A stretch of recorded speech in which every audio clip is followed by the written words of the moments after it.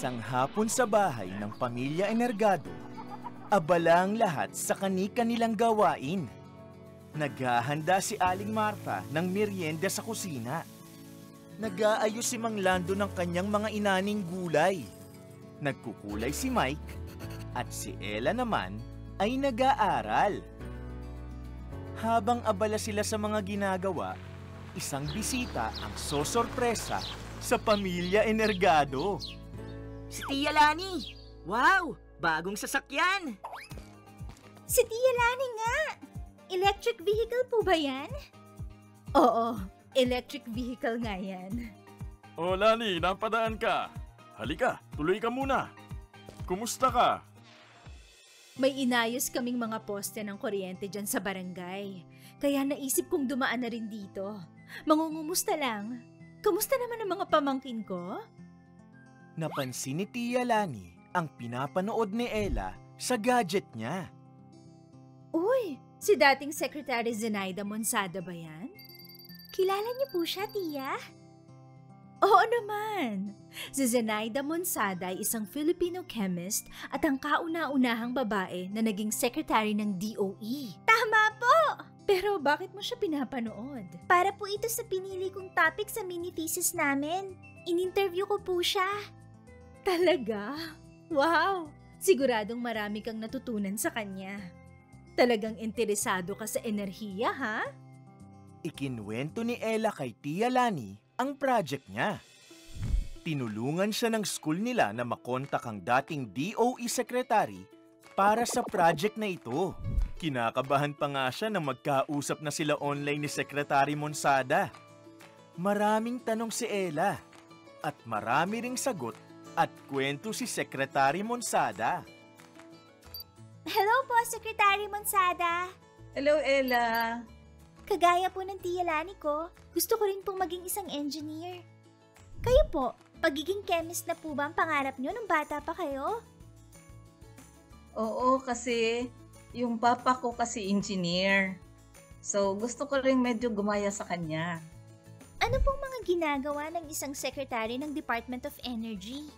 Ang Secretary ng Department of Energy ay namumuno sa pagpapatupad ng mga batas para siguradong merong enerhiya ang Pilipinas na sapat, wasto ang kalidad, at makatwiran yung presyo.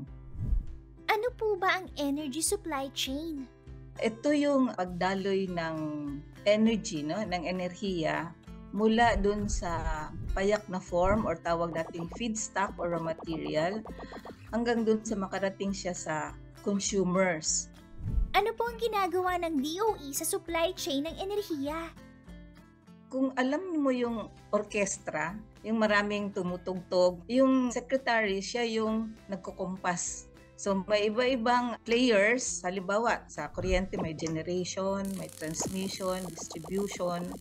Tapos doon naman sa gasolina, mayroong mga refineries, mayroong mga planta, bulk plants, may barko, may truck na naghakot ng gasolina, may gasolinahan.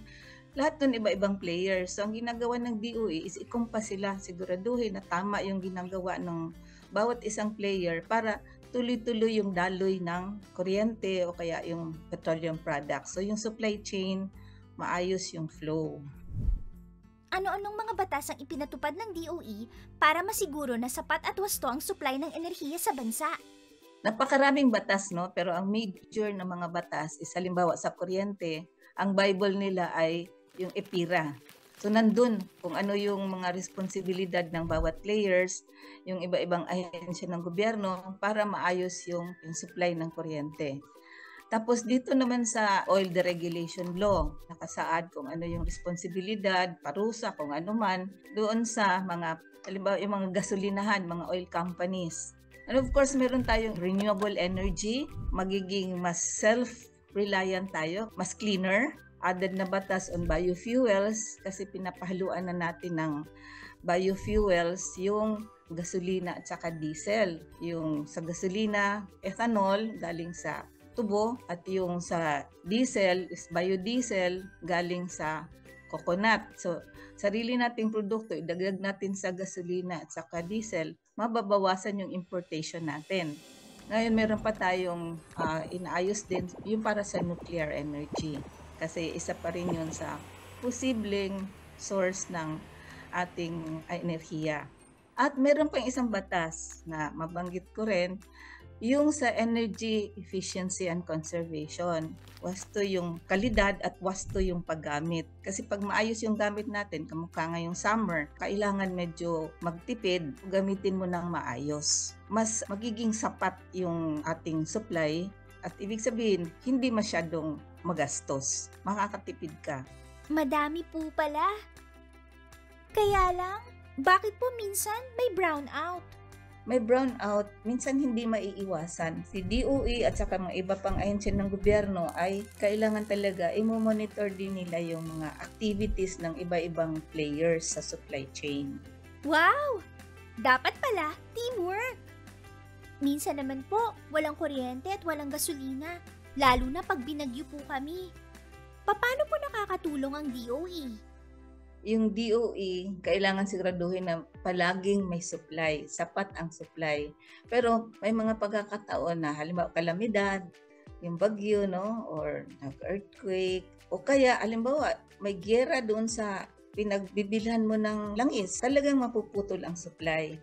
Ang DOE, dalawa yung major na programs ng DOE. Isa is meron tayong resiliency program na kasama yung mga stakeholders na para masiguro na pag halimbawa may nangyari, ikabit yung supply ng kuryente. So meron ding isa pang programa or plano ang DOE, yung contingency plan. Halimbawa, imminent supply shortage, meron na ng mga preparatory activities, of course with the different stakeholders.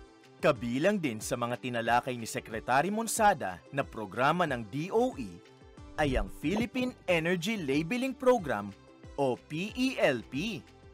Ayon kay dating Secretary Monsada, ito ay ang paglalagay ng mga energy label sa mga produktong kumukonsumo ng kuryente gaya ng TV, aircon, refrigerator at mga ilaw.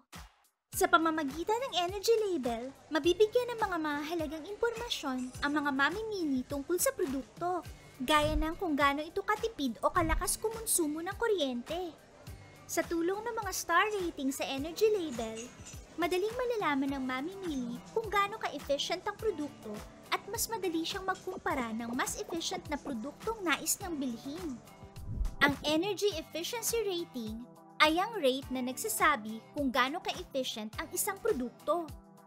Ang star rating ay isang visual representation kung saan mapapadali ang mamimili sa pagpili ng mas efficient na produkto. Kapag mas maraming stars sa energy label, mas mababa ang konsumo sa kuryente, mas efficient ang produkto, at mas makakatipid ka ng pera. Ayon sa Prescribed Minimum Energy Performance o MEP ng Department of Energy, 1 star ang pinaka-minimum energy efficiency sa isang produkto. Ang product specifications ay ang technical specifications o detalye ng isang produkto.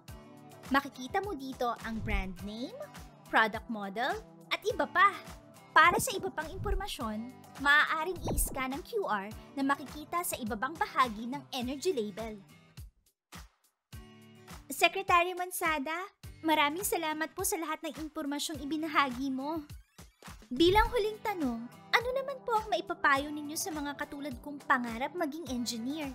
Ang maipayo ko ay ituloy mo and work for your dreams, yung pangarap mo, kasi napaka-importante ng engineer sa hindi lang sa larangan ng enerhiya, actually sa lahat ng aspeto. I strongly suggest na and encourage na magiging engineer, lalo na yung mga babae, kasi pwede na ngayon, dati hindi masyado pero ngayon recognized na tayo.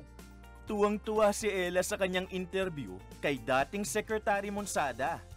At ganon din si Secretary Monsada sa pakikipagkwentuhan sa isang batang punong-puno ng pangarap na gaya ni Ella. Wow! Napaka-inspiring naman ang mga binahagi ni Secretary Monsada. At ang dami ko po talagang natutunan. Tiyak maganda ang kalalabasan ng mini thesis mo. Gagandahan ko po talaga. Lalo na ngayon na malapit na akong gumraduate ng senior high school. Handa na ang merienda! Sarap! Ate, kumain ka na para makachat mo na yung crush mong si Lemuel mamaya. Uy, hindi Graduate muna. Masayang pinagsaluhan ng pamilya Energado at ni Tia Lani ang meriendang inihanda ni Nanay. Kasabay nito ang marami pang kwento at tawanan.